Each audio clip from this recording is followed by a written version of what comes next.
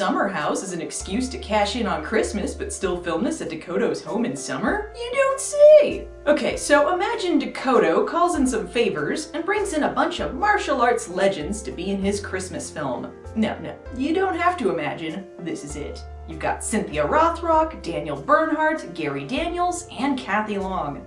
Okay, now don't have them do any martial arts. Santa's Summer House! It's cool, because we all know martial artists are primarily known for their acting abilities.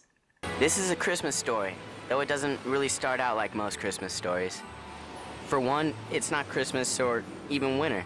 It's summer. I read it's winter down in Australia during the summer here in the States, which means it'll be their summer when we visit this winter. Oh, whoops, I'm getting way ahead of myself, sorry.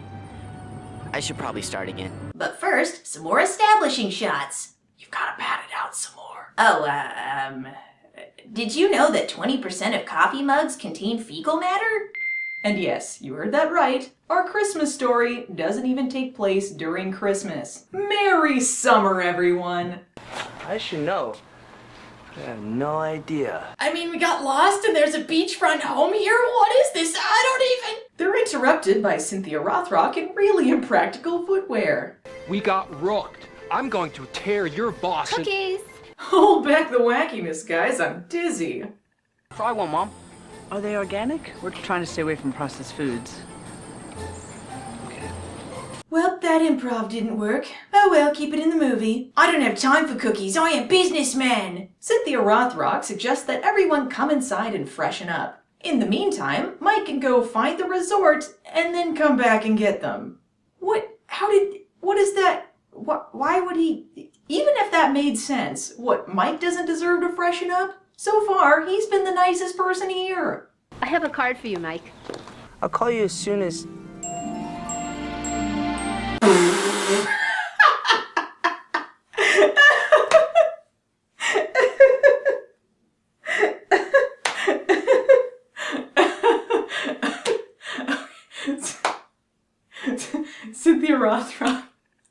Cynthia Rothrock is Mrs. Claus. I love it. Feed me more, Santa's Summer House. Yum, yum, yum, yum, yum. Yeah, don't tell anyone about this, Mike. Just move along. Welp, I'm out of the movie for now. What is that transition? I'm so confused. Mrs. Claus tells business family they don't have Wi-Fi's there. Oh no, we don't have Wi-Fi's here. They're completely cut off from the world. Now I see, send off their driver, cut off communication. These people are never gonna be seen again. Hey. Well, this is awkward. Prepare yourselves, people, for the ultimate plot twist. I'm an engineer, specifically for non-traditional propulsion systems and their potential uses in the meteorological and aerospace sector. So, you're a... Rocket scientist. It's true. Zero, the greatest Mortal Kombat rocket scientist! Well, movie over. I actually own a catering company with my sister Molly. I have to admit, I'm a huge science... Nope, bored now. I speak for the audience. What? The resort double booked for the weekend? And now your van won't start? What, Mike? Who was really on the phone and not dead in the ocean? Ah, bummer. If you'd like to make a call... I wouldn't stay at the other place now if you had paid me, and trust me, they will pay. That's it. At Mrs. Claus's request, they all decide to stay there for the weekend instead. And now it's a battle between the movie and the audience. Can you sit through all of the meandering bullshit in order to get to the good parts? You must see everyone to their room. There will be establishing shots. You'll watch everyone get seated for dinner and you'll like it. And now, ladies and gentlemen, we get to meet the big man himself, Santa Claus! Sorry I didn't introduce myself sooner, but I had a problem at the workshop I had to take care of. What a reveal! Woo! Title character! Yeah! Didn't even give him a beard? No? Bar's really set this low? I love that his entrance is given no importance whatsoever. About the same level of fanfare as if someone just let out a huge fart. He says he knows everyone's name and checks his list twice. Brian, Constance, Molly, Andy, Sadie, Dean. Wow. Perfect. It's pretty much the world's most awkward dinner for the characters and the audience. Daniel, rocket scientist Bernhardt, takes this opportunity to make many Santa jokes after the guy gives the world's worst delivery of ho ho ho. Added the extra ho, you idiot! Has anyone ever mentioned you kind of look like Santa Claus? No, that's just stupid.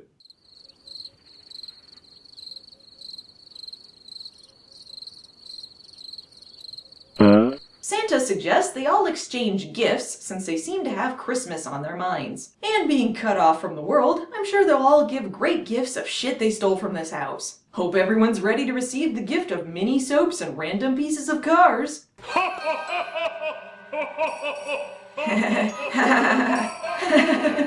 Get out now!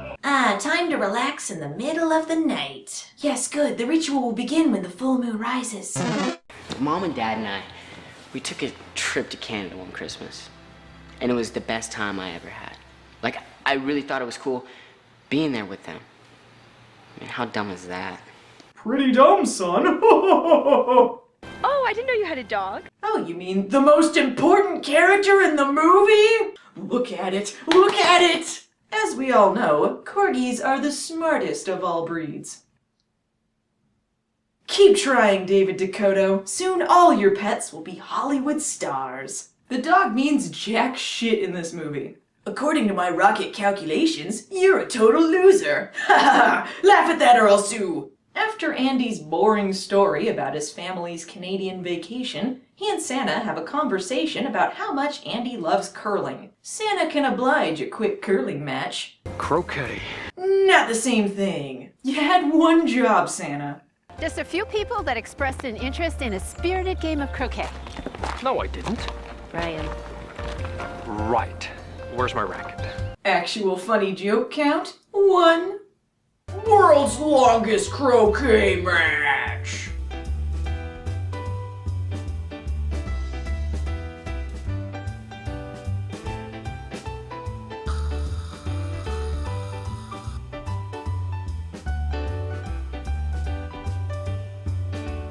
Oh my god, that was 10 minutes of the movie. If you think you can handle the embarrassment. I was born to be embarrassed.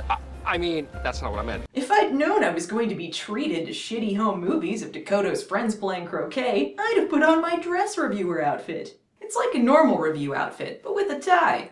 The bickering sister storyline revolves around the blonde one wanting them to run their parents' catering business, and the brunette one wanting to be a photographer. Apparently, you can't have time to do both in your life, what with photography being so time-consuming and all.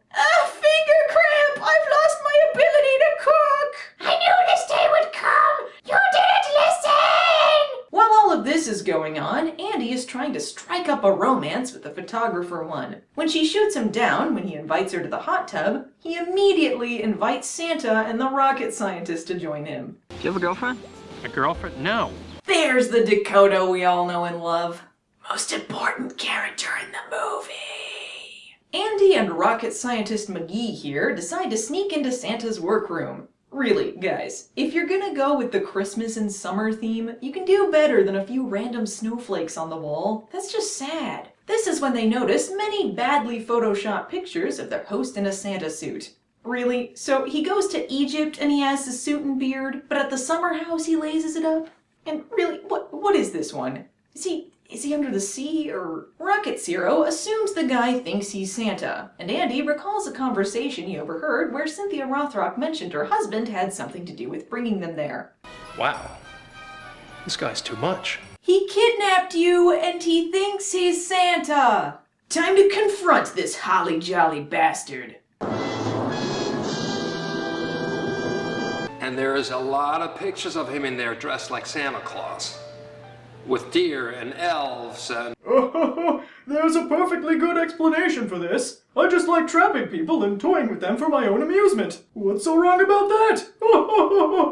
Don't worry, folks. He clears up this whole he thinks he's Santa Claus business by explaining to them that he's Santa Claus. You are both delusional. That is so sad.